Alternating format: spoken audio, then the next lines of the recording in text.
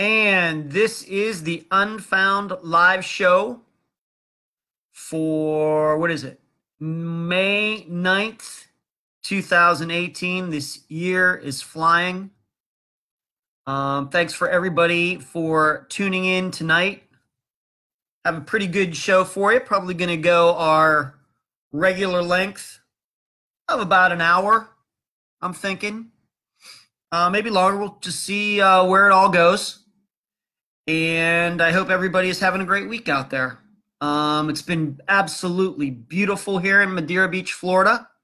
I hear it's finally warming up in other parts of the country. I mean, it's been really, really nice here. Hello, Kelly. Kelly gets in first.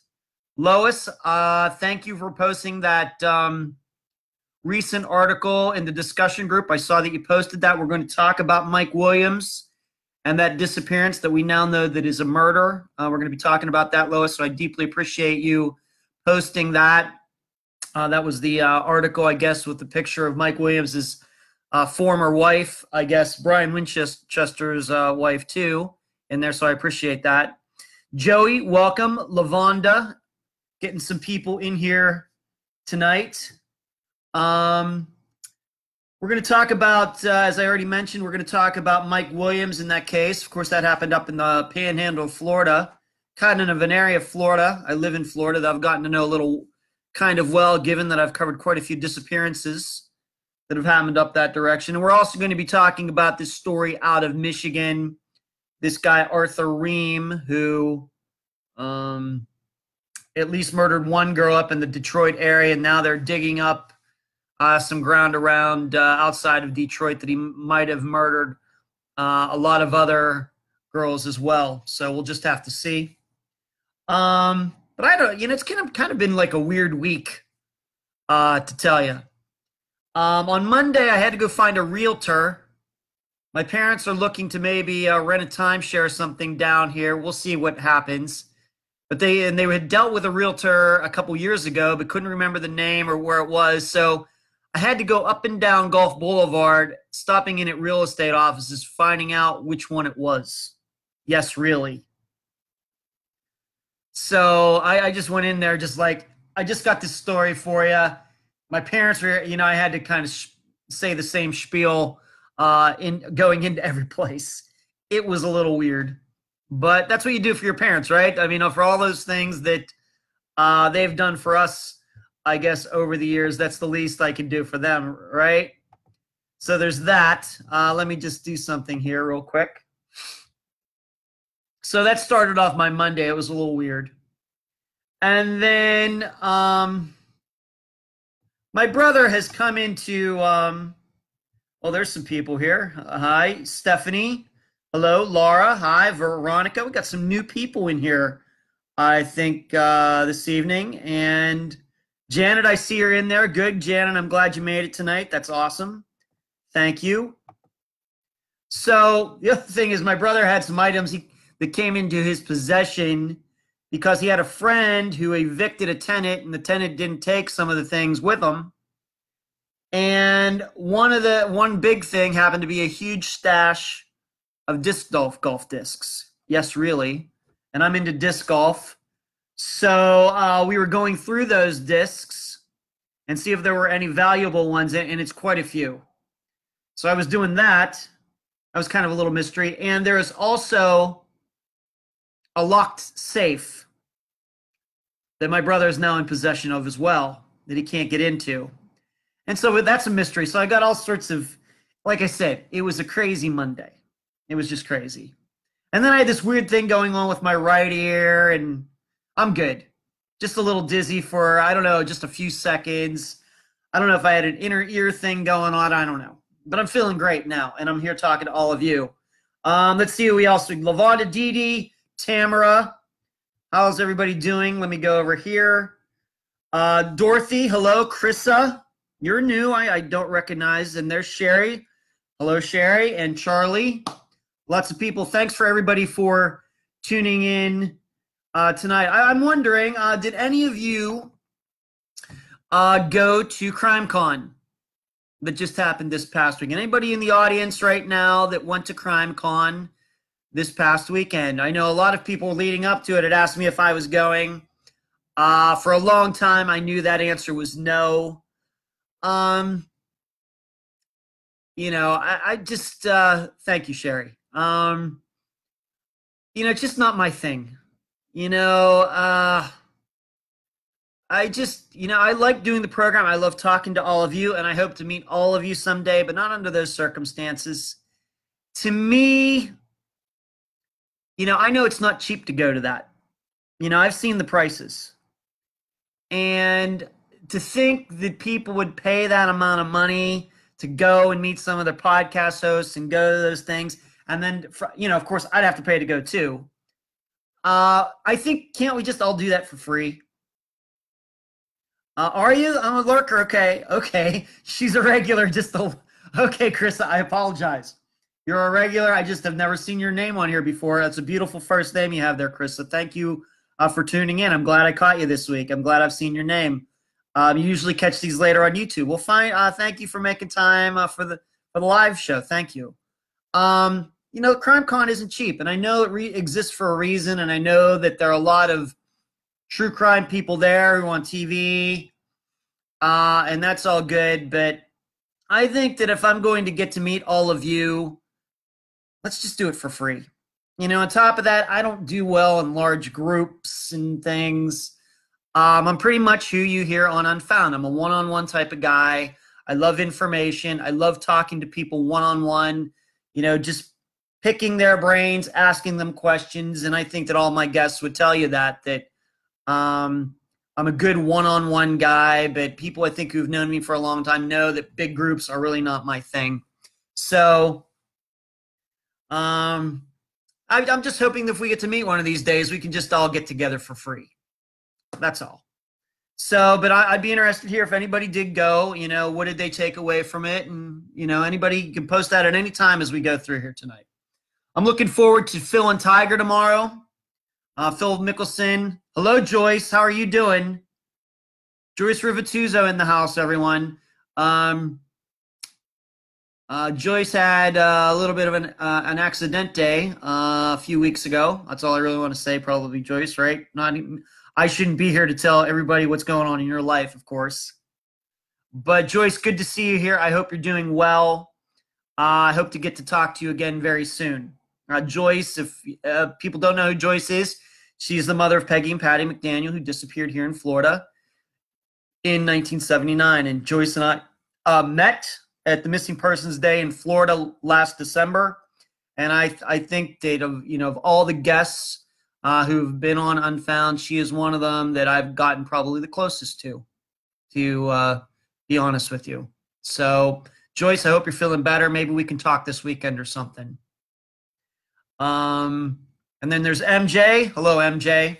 But Phil Mickelson is my favorite athlete, if you consider golfers athletes. He's going to be in a group with Tiger Woods tomorrow. I'm really looking forward to watching that while I'm working on Friday's program. And yes, I can do both at the same time. So if you have any questions, anything you'd like to ask me, any questions about me or the program, any cases, this is the time to do that. You know how I love to answer all of your questions. As long as they're PG questions, I'm going to answer them. So take your best shot. Doesn't have to necessarily do with true crime. Maybe we want to talk a little bit about music, maybe about movies or anything. Maybe you want to talk about Infinity War, although we don't want to get too sidetracked. I can give you an opinion on that.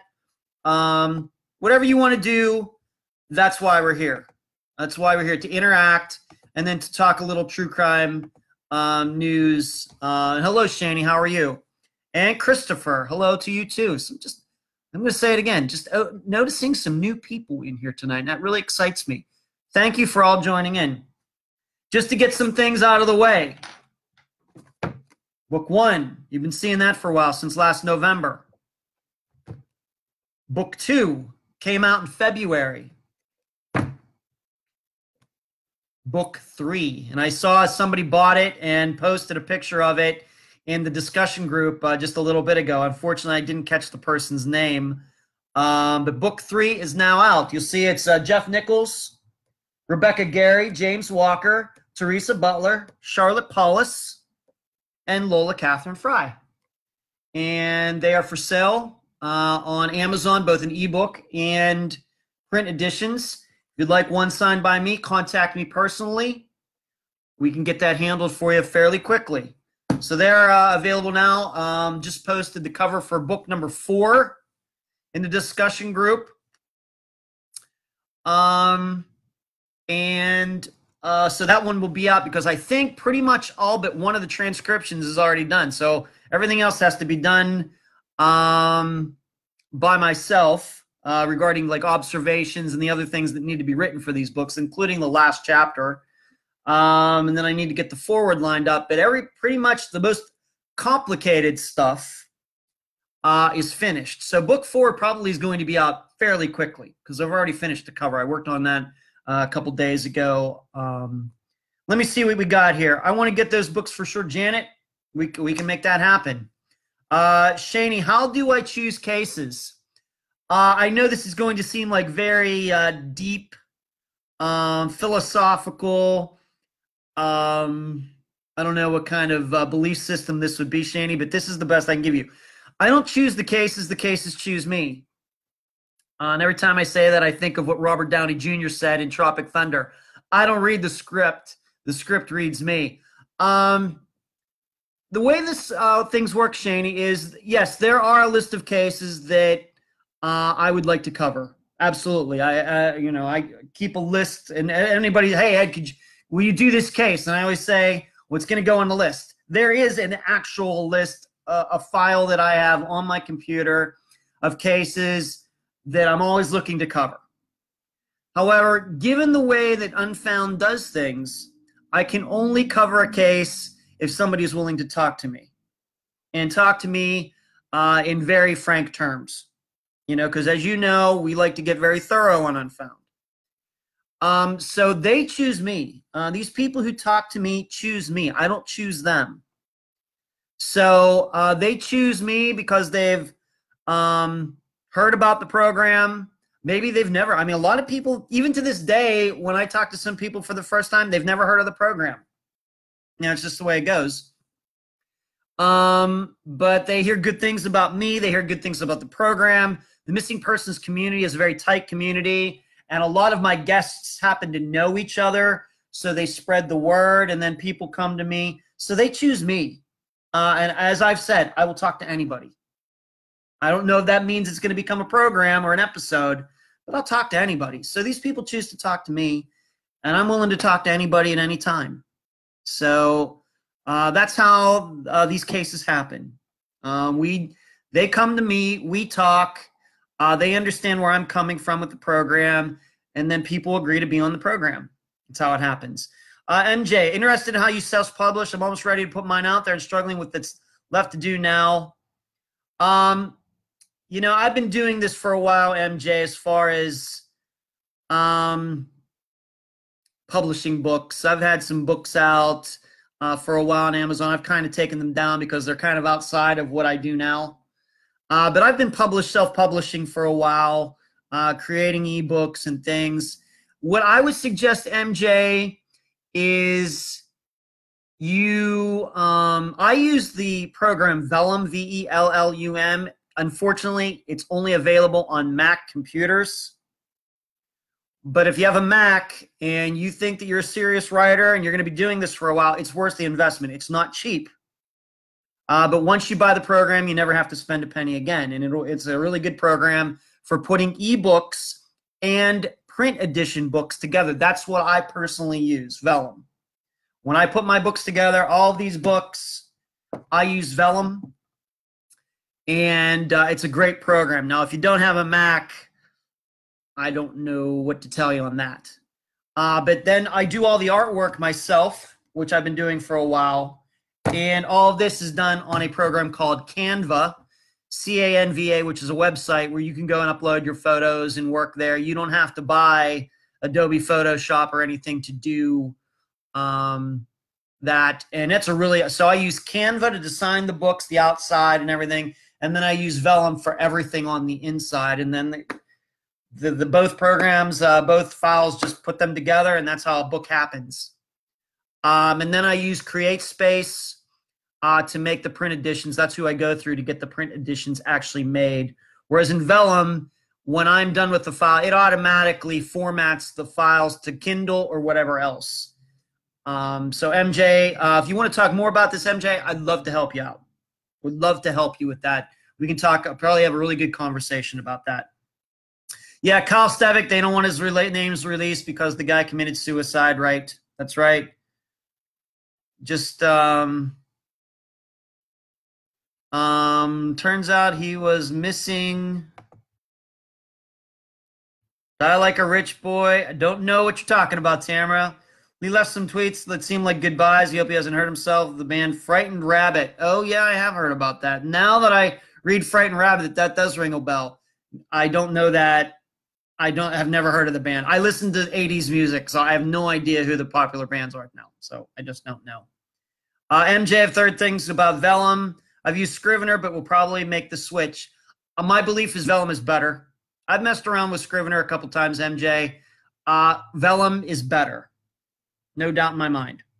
All right, so we're getting off on. See, I love this stuff. I know maybe people are tuning in to hear true crime. This is the way this program goes. If I can help people with their other podcasts, if they want to start out, I give advice. They want to talk to me about writing, that's what we do here. I'm a kind of a jack of all trades, master of none type of guy on certain things. So we got the books I've already showed you, Patreon and PayPal. Your support, even the sale of these books, the money that I make for these books goes right back into the books that I send to all my guests. My guests get books for free. They get shirts for free. You know, of course, the cases that, you know, for example, in this case, Jeff's sister, her last name is Vorndren. I'm going to have to think about her first name, unfortunately. April Vorndren? No, that's not who it is. That's good. All right, I'm getting a little confused. But for example, Joyce Gary Lee is Rebecca Gary's sister. She was my interview for that episode. She will be getting this book for free. And what makes it able to do that is all of you who have contributed on PayPal and Patreon. Some people have sent me checks like through the mail even to keep, to finance the show. And all of that money goes right back into the shirts and the books and things that we've talked about. And I deeply appreciate that. That's what Patreon and PayPal does. So I urge you to, once again, even $2 a month is the entry level on Patreon. Deeply appreciated. Playing cards. Here we go. We got, there we go. Shannon Turner. And we got Christopher Hyde. Of course, the interview for that was his sister Lila. Chip Campbell, who I know his sister very well now, Lisa. I haven't talked to Lisa in a while. We need to get together. Crystal Morrison. So find these cards at makeplayingcards.com. Just do a search for Unfound. And then I've already talked about the shirts on my Shopify. I appreciate the people who bought them. I've sent out some to some of the longtime supporters on PayPal and Patreon. They've gotten theirs for free. I'd love you to be a part of it as well.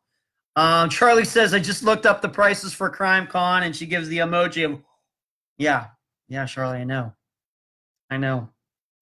So, once again, I'm not saying what they do at Crime Con is bad or anything else. They have money to make. If that's what it costs, that's what it costs. I'm not in the way to get in the way of any of that. It's just not really, I think what I do. It's just not. And that's just the way it goes. Okay, let's get to the first. And please keep asking your MJ says, and thanks, I'll hit you up this week with too many questions. MJ, you send me as many questions as you'd like about writing or whatever, and we will I will gladly help you as much as I can. Mike Williams. Mike Williams disappeared several years ago now, like 15 years ago. And this is one of those cases where the public got it right from the beginning. In fact, it reminds me a lot of Laura Bible and Ashley Freeman's case that is recently, we at least now know who did it, even though they still haven't found Ashley and Laura's remains yet, at least not to my knowledge.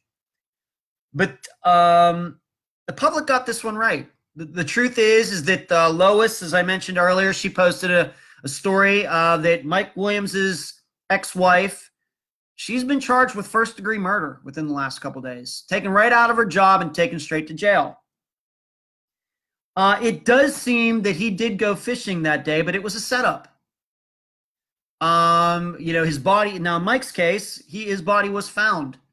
And it says that he was found with his gloves on and he was wearing like booties or something like that. So that would lead me to believe that he had full intentions of going out hunting that morning, and probably he was going hunting with Brian Winchester. And Brian and Denise, who was Mike's wife, set Mike up. And all in a way to collect on the life insurance that Mike had bought from Brian the year before, which was over $1 million, and then his wife would collect it, and then she and Brian, I guess, thought that they were going to live happily ever after. Well, that's not what happened. But Brian Winchester married Denise Williams 5 years after Mike disappeared, and I'm not going to get into all the details or anything like that, but Denise claims that she got up to go fishing that morning. I think she did, and she's been charged with first-degree murder.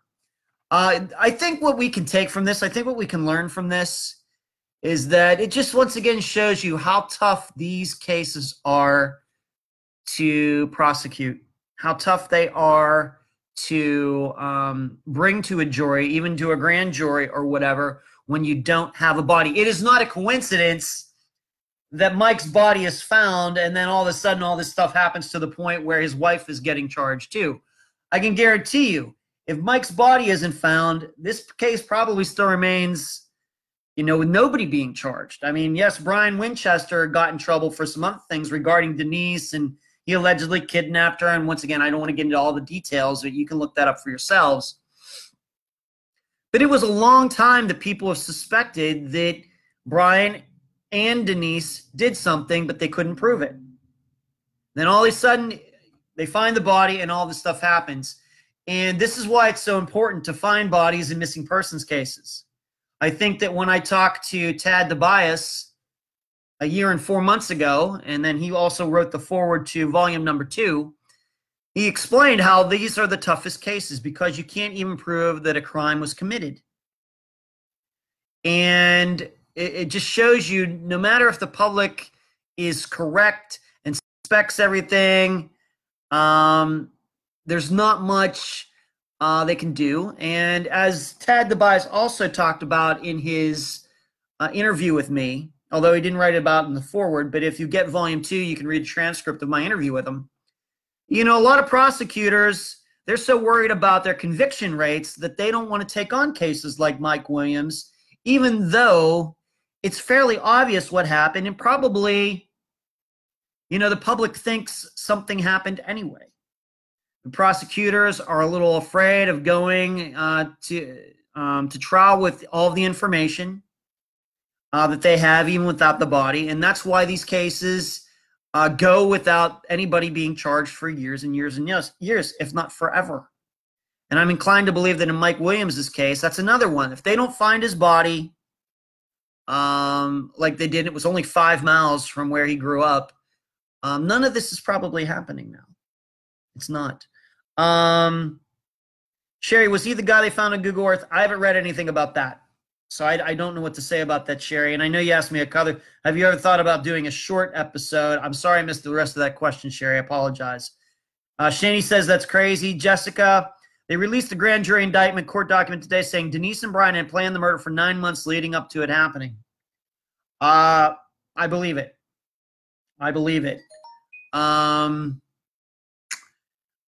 So 9 months, and it seems like they got away with it for about 15 years. And frankly, had their marriage not ended in divorce, and it seems to me like Brian Winchester kind of lost his mind a little bit, they might have got away with it for the rest of their lives.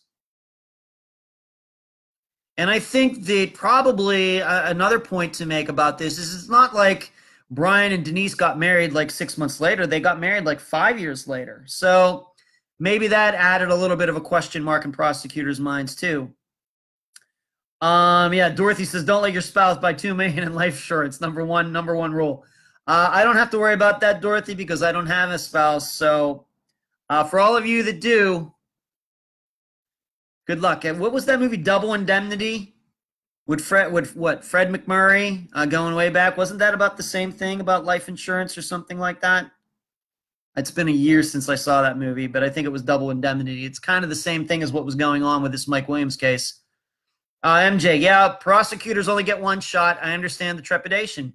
You're right. But if you go back, if you could listen to that interview, or in the book, if you have the book, MJ, if you read the interview, Tad DeBiase has a very poor attitude toward prosecutors who are afraid. He said they're much too worried about having a 100% prosecution rate, and he believes it's allowed a lot of dangerous people to walk around free. That's really Tad's attitude. He believes in being a little more aggressive, and I have to agree with him. Jessica Campbell, 18 years. Okay. And Sherry, have you ever thought about doing a short episode on an unidentified person? No, Sherry. I think that, Unfound is what it is, to use a cliche from sports.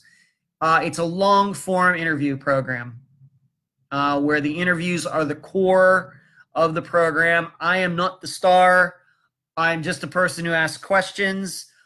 Myself and Emily, my assistant Emily, and others go out and try to find guests to be on the program. That is the core of the program. The guests are the stars. The person who has disappeared is the star, and I'm just the guy who facilitates everything. And it's a long-form program, so no. I've done some shorter episodes, but they've been with interviews within people, the missing persons community, like Tad DeBiase. I would never think about doing a short episode, like a 15 or 20 minutes, about an unidentified person. I'd want to really, really get into it and maybe talk to anybody who knows anything about it, instead of just doing a short program. Because it's just what an Unfound is. It's the same way, maybe like people ask me, could you do like this unsolved murder where a body is, once again, I feel sympathetic to those families, just like I do to my guests and everything. But if Unfound just is what it is. It's a program devoted to missing persons cases exclusively. There are other programs that are devoted to unsolved murders and unidentified remains, and maybe they have a format that is a little looser. They cover more things, more categories and everything. They're probably much better off doing something like that than I am. I think that at this point, Unfound, myself, my assistant Emily, other people who contribute to the show, I think that we've become specialists. I think that we've become, maybe, if I could say this, maybe experts on missing persons cases. And so that's where I'm going to devote my time. I think that's where my efforts are best spent. I have complete respect for other programs that do a wider range of things, but me personally, I like to know the most about something. So that sometimes means, you can't be a big-time professional hockey player and football player and baseball player. I'm just going to be an expert at one thing, and that's missing persons cases, and that's where my passions lie. Jessica says, I saw on the Tallahassee Democrat website that investigators are being assigned to look at the insurance payout and if fraud was committed. Yeah, I'm pretty sure fraud was committed. Pretty sure. I'm no insurance expert for sure, but I'm pretty sure. Sherry, that's what I love about your podcast. Thank you. Jay, hello. I'll keep doing what you do, bro. Rock. You rock, bro. I love to rock, Jay. Usually to Iron Maiden and AC/DC, among other bands. I love to rock. Thank you. But in Mike Williams' case, it also leaves me wondering. It also leads me to believe that the public, once again, all of our minds put together, we probably have pretty good insight into what happened to these crimes. It's just that it can't be proven. You know, I think that all of the cases that Unfound is covered, and, you know, we get to the end and then all of you talk about it and I talk to you about it. Pretty sure a lot of times we get it right. It just can't be proven. Now, there may be a few where we just don't know. Maybe Jason Jolkowski, Regina Marie Boss, Craig Fear, these people who seem to have vanished off the face of the earth with no suspects or anything. Those ones are tough. But the ones where there are at least some suspects, I think we as the public, we get them pretty correct. But just what the public thinks doesn't matter. You have to prove it. Doesn't matter what you know. To quote Tom Cruise in A Few Good Men, doesn't matter what I know. It only matters what I can prove. And sometimes that's a much higher standard. Jay, I love Crocus. Screaming in the Night, Eat the Rich. Yes, Jay, I know Crocus. I know Crocus. See, I can do that right off the top of my head, Jay. Yeah, I love them. They're good. They're from Sweden or Finland, right? Okay. But Mike Williams, you know, I know this, once again, it's one of those, I don't know how good it is, but it's maybe a little relief in his family's life, and it's very sad at the same time. They now know that he's not with us anymore, but at this time, they now know who did it, and all it takes is these people going to jail. They now have his remains. They know where he was, and they now know. And as you've heard many of my guests say, the worst part about all of this, in addition to losing the loved one, is not knowing what happened. And this is why on book 3, as you will see here, if you don't know this, maybe I can read this right now. This book is dedicated to those who know the pain of not knowing. And so this book, number 1, was, if I remember correctly, devoted to my family. Number 2 was dedicated to all the people who believed in me when I didn't believe in myself. And number 3 is dedicated to all the families who have been on Unfound. In addition, all the people who haven't been on Unfound yet. There's people who know the pain of not knowing. It's the worst part. And there's Kristen.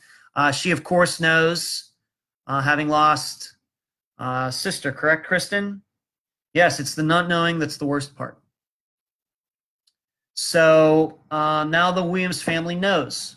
And I can tell you that I've had private conversations with guests after they've been on the program, because then after sometimes there will be remains that are found somewhere. And the first thing they'll say to me, they'll email me, hey, I just want you to know some remains were found. It may or not be whoever, and, you know, their loved one. And they go, you know, one hand, you know, they're hoping. And then on the other hand, they're not hoping. And I can't imagine being in that situation where you're hopeful but not hopeful. That has to be one of the toughest things. Right. Brandy Myers. If anybody doesn't know, Kristen is the sister of Brandy Myers, a young girl who disappeared in Arizona. And I know that Kristen has been on, the Vanished program, right? And I hope to have Kristen on sometime. I just didn't want to piggyback onto the Vanished too soon. I think that would probably be the wrong thing to do. But hopefully maybe, Kristen, we can get together this summer. You know, I'd love to have you on the program, and we can talk as well. So, but I know that your experience on the Vanished was very positive. I'm glad to hear about that. But the not knowing is tough, but now the Mike Williams family knows. You know, I have to even admit, I have this written in my notes, is this Denise Williams some kind of Black Widow? That, you know, I just wonder if it was Brian Winchester was the one who really, really thought of the plan. I'm wondering if it was Denise. I'm wondering if he's going to I wonder if Brian Winchester is going to roll over on Denise and say that she was the one that hatched the entire plan. Remember, she's the one who ended up getting the money from the insurance, not Brian. So we have to think about that. Excuse me for burping. Jessica, the Williams case is still awful. Even think about his mother. No one believed her for years. And now the daughter who lost a father, stepfather, now a mother. Unimaginable. Absolutely. Yeah. Yes. Somebody tried to make it look like he got eaten by an alligator or something like that, but there were, I think, after the fact, a lot of clues that showed that he wasn't. And then they found things, and yeah. Allison, hey, sorry I'm late. No problem. You can catch it on YouTube later. Allison, good to see you tonight. And Dorothy says, I agree. Let's move on to the other story. So Mike Williams, that's another case. That case was on Disappeared. So I guess Disappeared now has another episode that has been solved. So they that's good.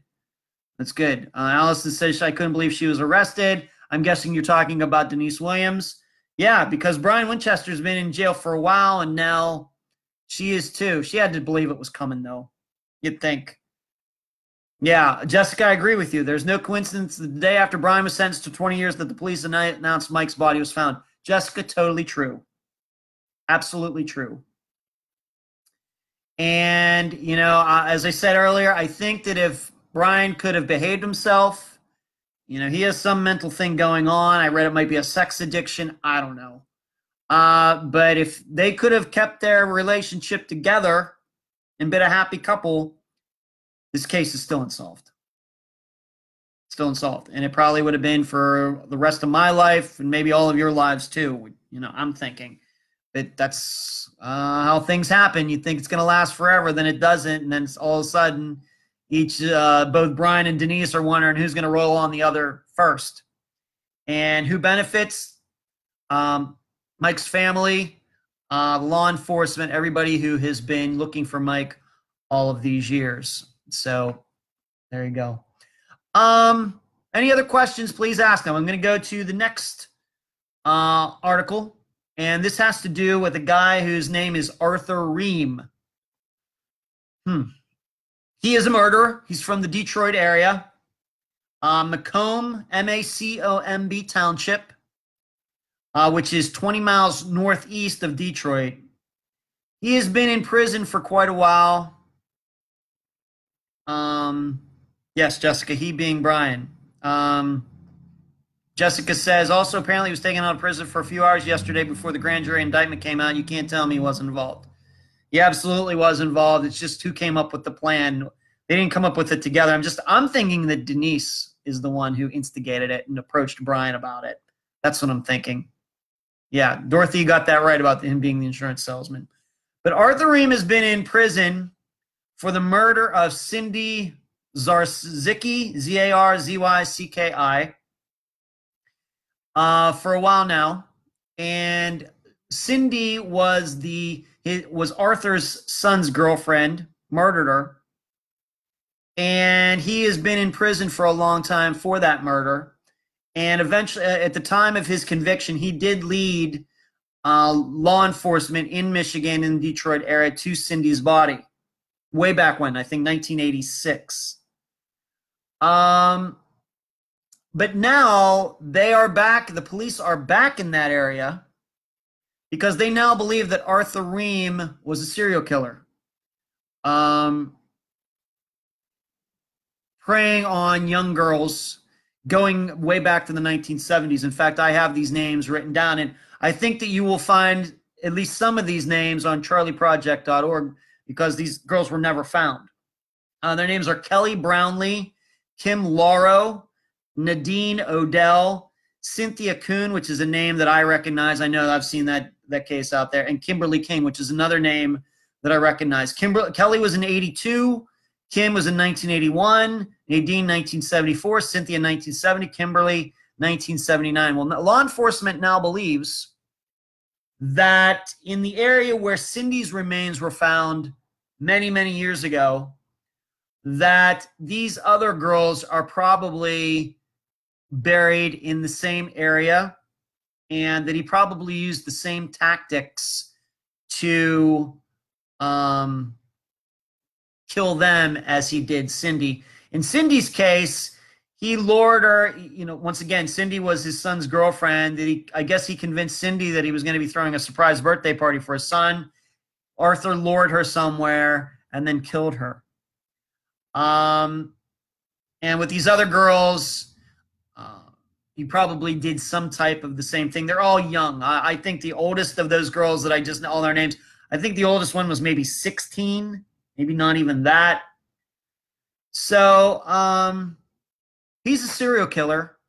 And what I read, it was from a Washington Post story, I remember, that he's been bragging about others for other crimes and things for years.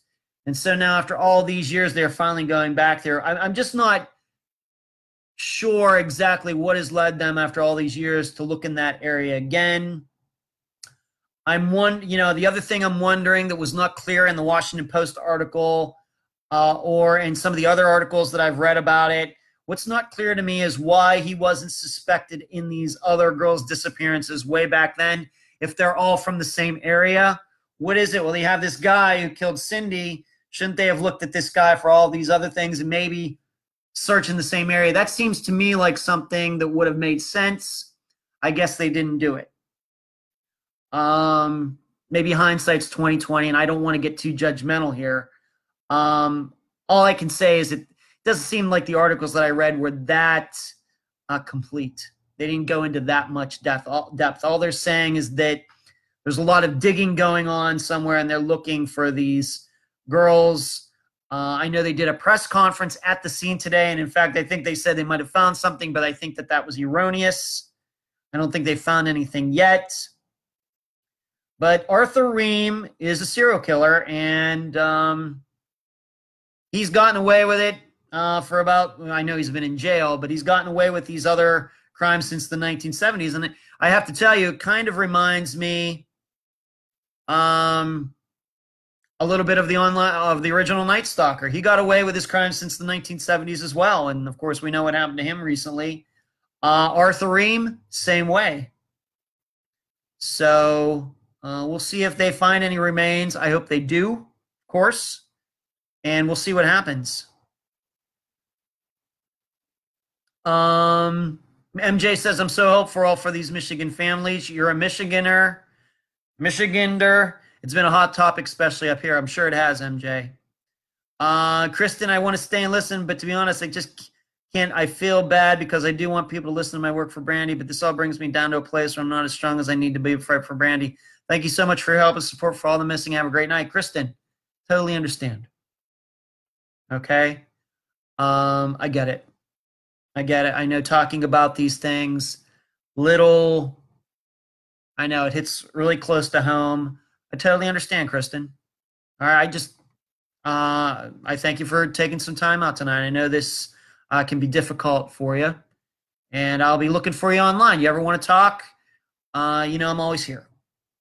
Okay, I totally get it. And thanks for being part of the conversation tonight. Thanks for joining in. Thanks for making time for the program. I'll be happy they got him, though I'll be praying. It's probably what those people need right now, Kristen. Probably what they need. So hopefully we'll get some, once again, good news / bad news from Michigan. And I have it written here. I'm unsure what ultimately led them to suspect him in Cindy's disappearance. And I will keep you updated on that. Speaking of, once again, it reminded me of original Night Stalker, given the time and the amount of people, amount of young, people who have disappeared and we take for granted have been murdered. But I have to tell you, a case that Unfound covered that this reminds me of, especially considering that Arthur murdered his son's girlfriend. I couldn't help but think of Suzanne Lau. We don't know what happened to Suzanne, and I'm very close with Mary Lau. And I, of course, certainly hope that Suzanne is still alive, but it's one of the first interviews I ever did going back to the beginning of Unfound. And if you've listened to that episode, if you're new to the program, I urge you to go back and listen to it. But Mary is very frank about her belief that it was either Suzanne's boyfriend or Suzanne's boyfriend's dad who did something to Suzanne. Very clear about it. And of course, at least in the father's case, he had a lot of weird behavior after Suzanne disappeared. And so in reading this, that Arthur did something to his son's girlfriend, it's kind of reminded me of her case. I will admit that. So, you know, it's just all so horrible. It's just so horrible, you know. But he's been behind bars for a long time. He hasn't been able to hurt anybody for a long time. And I'm glad the state of Michigan at least got him in jail for Cindy's murder. And that has kept him from hurting anybody else since the 1980s. Jessica says, I agree with Mary Lau. I completely suspect the same. Yeah, Jessica. Yeah, true. So we're going to move on to this week's case. Once again, if you have any questions or anything, please, I'll take your questions. Like I said, before MJ and I got in a discussion about writing or whatever, I'll take a question. This week's case is the disappearance of Travis Roberson. He disappeared in Fayetteville, Arkansas in 2006, February 28th, 2006. So it's over 12 years ago. The interview for this episode is going to be with his sister Sonia, who is his younger sister. Travis was the only boy. He had 4 sisters, and Sonia is the youngest. She was 18 years old when Travis disappeared. He went out with some other people, went to a Mardi Gras festival in Fayetteville, and he was with a guy who was dating one of his sisters, and that guy's still part of the family to this day. His name is Steve. They were together, and Steve, being a witness to this, says that they were hanging out, and this Hispanic guy came up to Travis, and they had a discussion. Steve did not hear what the discussion was. Right after that, allegedly, Travis felt sick. He said he was going to go back to the car, and the other people could, when they were done partying, whatever, could come back to the car and he'd be there. When they got back there later, Travis was gone, and he's never been seen again. Now, this, of course, as you probably suspect, it's not a well-known case. It's probably not as well-known as maybe Jamie Bowen's from last week, you know, which, of course, has had, it's, you know, was on a TV show, Gone, and it's been covered, I think, a few different places. Maybe not as well-known as Suzanne Lyles or Ashley Freeman, Laura Bibles, but you know how much I like to bring these kind of lesser-known, and I say that in the nicest way possible, lesser-known cases to people. And this, I think, will be the 5th case I've done out of Arkansas, which is interesting. But, you know, and I'm hoping it does become well-known, because the episode is called Filling in the Blanks. Because there have been a series of a big mistake made by law enforcement that allowed this case to not even be looked at for 6 years, until 2012. And because of that, I think that a lot of facts slipped through the cracks. And I think what you're also going to find is that Sonia, you know, she was only 18. She was not responsible for, you know, filing the police report or anything, but now she's 30 years old, and she is the one heading up, you know, kind of like Kimber Biggs did with her sister's disappearance. She's taken over for her parents. That's what's going on with Sonia, and I think Sonia needs some help. I think that you're going to hear in our interview that I asked her some questions that, and it's not her, I don't want to say for the record, not her fault. Not her fault. But there's some questions that the answers should be known, and they're not known. And I don't just mean who actually caused Travis to disappear, just factual things. You know, those little details, for example, about, you know, Steve seeing this Hispanic guy and what exactly went on. And the other, you know, they're just general facts right now. But I think if we could get inside those details, would have a much clearer understanding of what went on that night.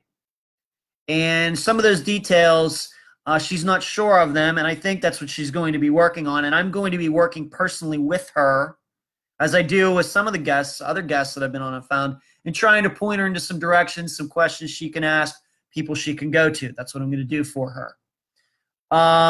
So this episode is called filling in the blanks. The other interesting point about this case, and this takes me back to a case that actually coincidentally is in book 3.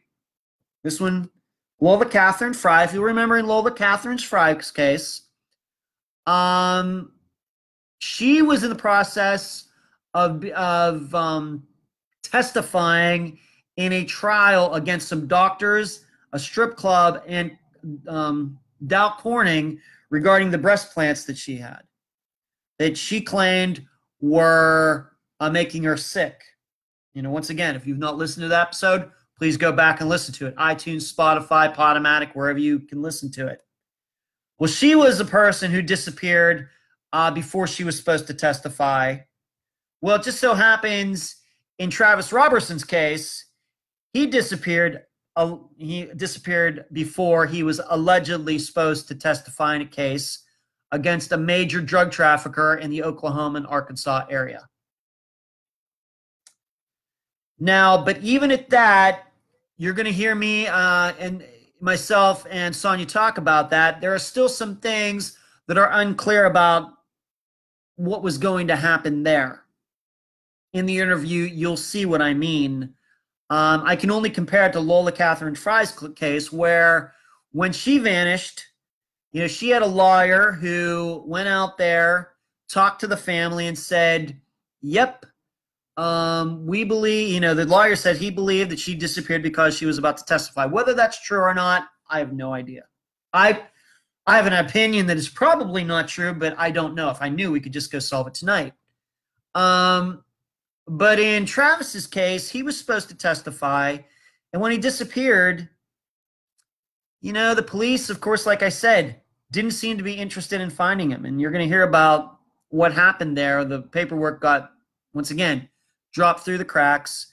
He had no defense lawyer or public defender who came to the house looking for him as to, you know, where did he go? How did he disappear? He was supposed to testify in this case. So these are all things that you're going to hear about. And these things, I think, need to be straightened out a little bit. I think that right at this point, even 12 years later, there's a lot of vagueness in this. And I think that when you listen to the episode, you're going to have a lot more questions than answers, probably. And you're going to probably listen to Sonia talking. She does a great job. She's very well spoken.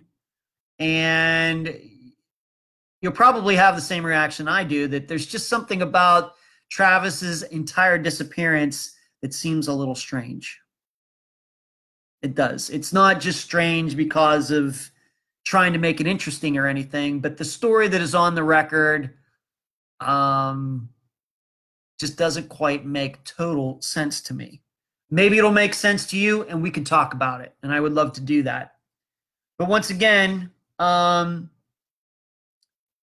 it's the disappearance of Travis Roberson, Fayetteville, Arkansas, February 28th, 2006. He walked away from his sister's boyfriend. They were somewhere. He ran into this Hispanic guy, said he was sick, left, was never seen again. Steve went back to get the other people to meet Travis at the car. When they got there, Travis was not there, never seen again. It's called filling in the blanks because I believe after all this time, there are a lot of blanks to be filled in about the specifics of his disappearance. His testimony, what he was doing that night, where he could have gone, all of who the Hispanic guy could have been. Lots of filling in the blanks. So there you go. That's tonight's program. Any questions? Anybody want to ask me anything? You know how much I love to answer your questions. I hope I didn't, let's make sure I didn't miss anything here. Let's just make sure. Hold on one second, please. I know this is not fun to watch me go over to this other page because you don't know what I'm doing. Okay, no questions there. Okay. Well, tonight, what did we talk about? I talked about how I had a wacky Monday. Oh, by the way, hello, Nicole. Didn't welcome April. Sorry, I didn't see you. Christina, Carrie, Lisa, Andrea. Now I'm just seeing all you people who have joined here. Now, thank you for all. I'm just seeing this now on this other page. I kind of have to go between two different screens when I do this to make sure I don't miss any comments. Told you about my wacky Monday involving trying to find the right realtor that my parents were looking for from a couple years ago. We talked about this bunch of stuff that my brother now has in his possession, including a lot of disc golf discs and a locked safe, and we're not sure what's in the locked safe. Had a little cross-eyed problem on Monday while I was driving around for 10 seconds. I'm feeling fine now. I don't know what it was. Phil and Tiger are going to be watching that tomorrow as I'm doing work, and it's finally nice here. Did the business, showed you all the books, and Patreon and PayPal, playing cards, shirts on my Shopify. In fact, I'm wearing one of the shirts tonight, the black shirt. My sister made me an Unfound shirt too, which I will probably wear next week. And we talked about Mike Williams. We talked about Arthur Reem. What do we got here? We got some, okay. What ways can you help prepare your family in Ellie if you suspect you may be harmed or go missing? Well, Shannon, I think that if you were talking about you personally, or you're just asking for a friend, if you think that you're going to be harmed or go missing, I would urge you to get out of that situation. Okay? First and foremost. I would say that you go to the police. If you think that you may be harmed or go missing, you go to the cops. You tell them what's going on in your life, and you just be as honest as you can be. That's, I know that sometimes that's not easy. But if you suspect you may be harmed or you're going missing, once again, I don't know if you're talking about yourself or you're just talking about the audience out there. Doesn't matter to me. I'm not here to get in your personal life. That makes me worry a little bit. But you need to get out of that situation, and you need to go to the people that can help you the most and can protect you the most. That's what you need to do. And if this is an ongoing thing that you think is escalating, you got to document it. You need to record conversations. You need to get videotape evidence and everything. So it's just not your word against somebody else's. Okay? On top of that, don't get lured anywhere. Don't go and meet somebody at some, they just surprise you or something. You go nowhere. All right? You go to work. You do what you have to do. But don't go and get lured anywhere, because luring is a huge part of all of these disappearances and unfound covers. Okay? Don't take anything for granted. Okay? Never take your safety for granted. Shannon. Janet, why do you think the cops don't take more concern for missing people? Simply put, it's a numbers game. So many people who go missing, Janet, come back, that at some point they just think it's, the boy crying wolf. That they all think that they end up thinking that all people who go missing are going to come back. And so they don't take these missing persons cases as seriously as they should. And then the person doesn't come back, and they put themselves behind the 8 ball, to use a horrible cliche. That they themselves, and you should know, Janet, if you were to get book 3, and from what I've learned, chapter at the end that I wrote myself, you will hear me write it. You will see me what I wrote about that. That's why. Because they see so many missing persons cases where the person comes back that they just don't take overall missing person cases seriously. And then somebody goes missing, doesn't come back. And then by the time that, they get serious about it, days have passed, and it's hard to get back, to that time when the person disappeared. You're from the second they figure out this person is coming back, you're scrambling. That's why. And they don't take concern, because once again, most people do come back. Dorothy, thank you all. Good night. See you, Dorothy. I'm getting out of here too very shortly. Jay says, I guess to Shannon, attempt to minimize your risk to being vulnerable. Exactly. Thank you, Jay. We talked about Mike Williams, how it seems that his family now do have his remains, and they know who is responsible. Of course, there's probably going to be a trial, but we'll see. But his former wife, Denise, and his friend Brian were responsible. Talked about Arthur Reem, who is a serial killer, pretty sure about that, in Michigan. And then we talked about this week's case, the disappearance of Travis Roberson in Fayetteville, Arkansas, although he technically was from Siloam Springs. We talked about his disappearance, an episode that's called Filling in the Blanks, and the interview is with his sister, Travis's youngest sister, Sonia. Well, that concludes tonight's show. We did about an hour exactly. I thank you for all joining in. I can't thank you enough. For those who tuned in late, this will be on YouTube a little later tonight, hopefully within the hour. And you will hear me on Friday. And already tomorrow evening, I think we're going to be doing the interview for next Friday's episode. Looking forward to that. That's an interesting case. Hope I can help this daughter of a mother who disappeared. And you'll hear, like I said, you'll hear me on Friday on your favorite app. Thank you for all for tuning in tonight. Cannot thank you enough. Any of you can contact me anytime personally if you ever want to talk about anything. But I'm going to go now, and it's 10 o'clock. It's a beautiful night here in Madeira Beach. See you, everyone. Please stay safe out there. Good night.